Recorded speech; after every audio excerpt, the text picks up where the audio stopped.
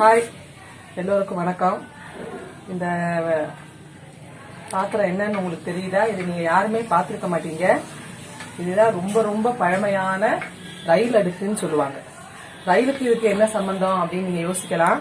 அந்த காலத்துல சேத்ராடம் போறதுக்கு, காசி ராமேஸ்வரம் இதுக்கெல்லாம் போறதுக்கு சமையல் பண்றதுக்குன்னே பிரத்யேகமா தயாரிக்கப்பட்ட ஒரு பாத்திரம். இதுல என்னென்ன இருக்கு அப்படின்னு சொல்லி உங்களுக்கு காமிக்க போறேன். பார்த்தாலே உங்களுக்கே ஆச்சரியமா இருக்கும். ஃபர்ஸ்ட் ஏதாவது ஒரு காய் பண்றதுக்குள்ள 2 அகலமான பாத்திரம். அடுத்து இதை சிப்பல் அப்படின்னு சொல்லுவாங்க. இந்த சிப்பல் எதுக்குன்னா சாதம் வடிக்கிறதுக்கு, கஞ்சி வடிக்கிறதுக்கு, அடுத்து காய் வதக்கிறதுக்கு ஒரு சின்ன இழுப்பச்சட்டி, அடுத்து டவரான்னு சொல்றது காப்பி ஆத்துறதுக்கு இல்ல வேற எதுக்காவது யூஸ் பண்ணிக்கிறதுக்கு. அதுக்கடுத்து சின்னதா ஒரு பாத்திரம், கடுகு இந்த மாதிரி வச்சுக்கிறதுக்கு சின்ன சின்னதா பாத்திரங்கள் சைஸ் வாரியா கொடுத்துருக்காங்க.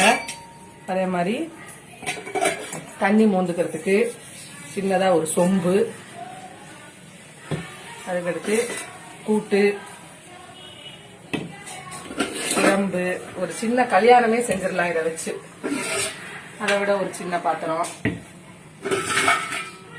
கடைசியா ரொம்ப ஆச்சரியமா இருக்கும் உங்களுக்கு, ஒரு பெரிய கவலை தண்ணி மோந்து வச்சுக்கிறதுக்கு.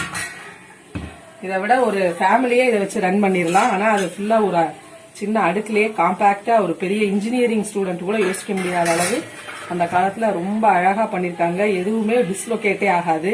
நீங்க வச்சீங்கன்னா அது அழகா செட் ஆகும் எல்லாமே. திருப்பி அதை உங்களுக்கு திருப்பி வச்சு காமிக்கிறேன்.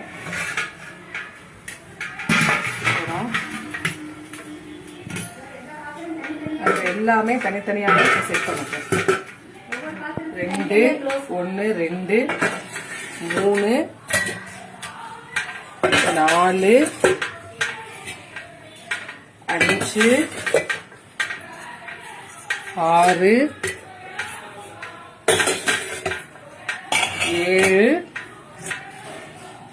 8 9